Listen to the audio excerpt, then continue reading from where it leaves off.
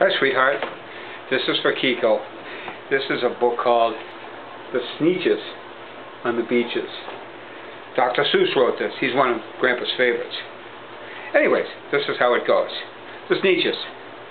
Now, the star-bellied Sneeches had bellies with stars. The plain-bellied Sneeches had none upon theirs.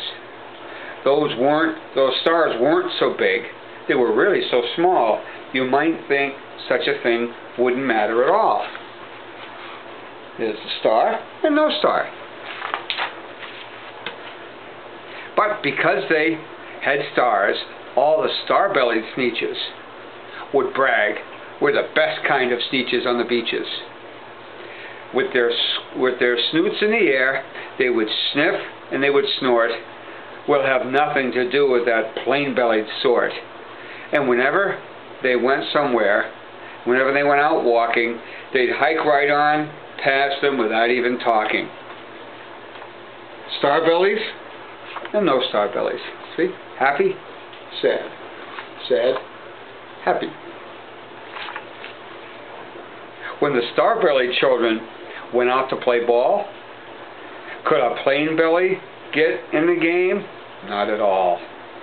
You could only play if your bellies had stars, and the plain-bellied children had none upon ours.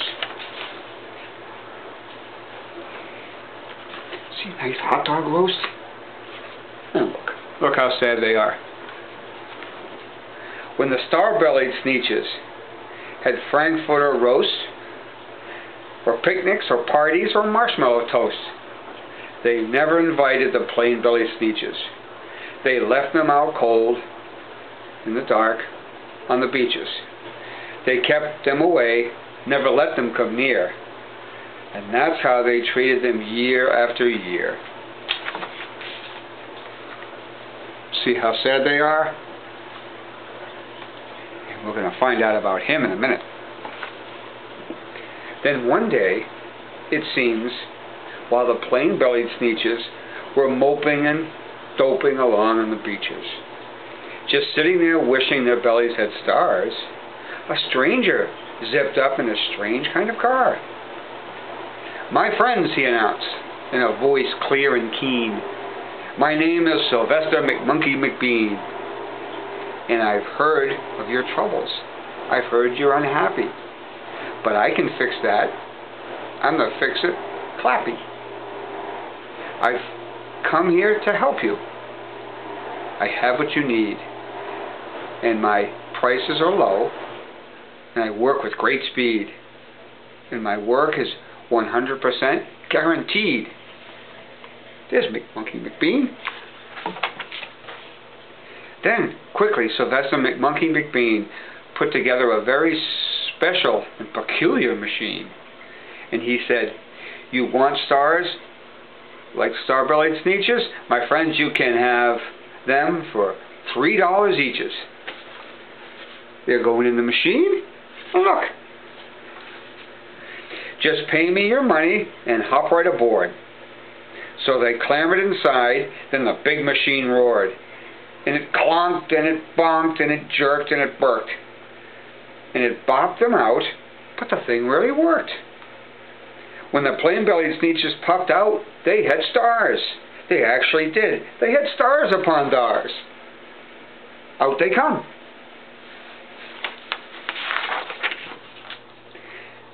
Then they yelled at the ones who had stars from the start, "We're exactly like you. You can't tell us apart.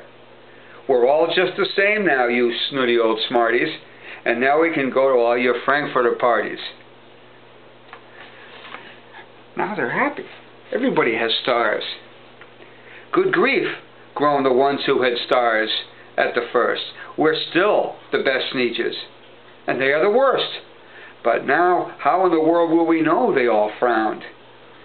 "If which kind is that, or the other way around?" Now look what's going to happen. He's going to do something to the ones that had stars.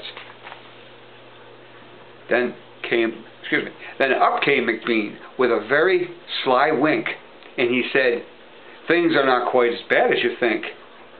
So you don't know who's who. That's perfectly true. But come with me, friends. Do you know what I'll do? I'll make you again the best sneeches on the beaches. And all it would cost you is $10 eaches. He's going to fix them up with the fancy machine. Belly stars are no longer in style, said McBean. What you need is a trip through my star-off machine. This wondrous contraption will take off your stars, so you won't look like sneeches who have them on theirs.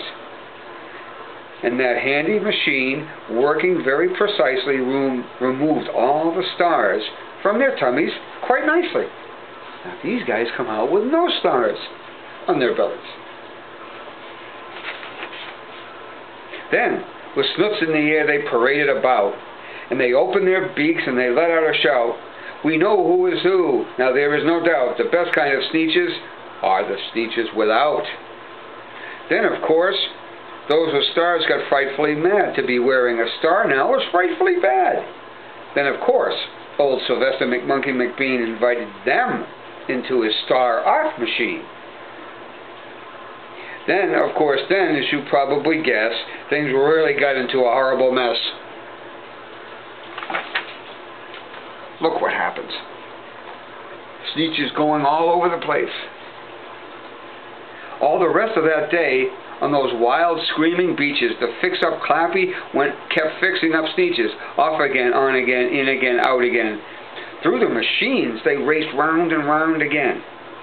Changing their stars every minute or two, they kept paying money, they kept running through, until neither the plane nor the starbellies knew whether this one was that one, whether that one was this one, or which one was what one, or what one was who. They didn't know who was who now. Then, when every last cent of their money was spent, the fix-up Clappy packed up and he went. And he laughed as he drove in his car down the beach. They will never learn. No, you can't teach a sneech. Look at all that money. But McBean was quite wrong. I'm quite happy to say the sneeches got really quite smart on that day.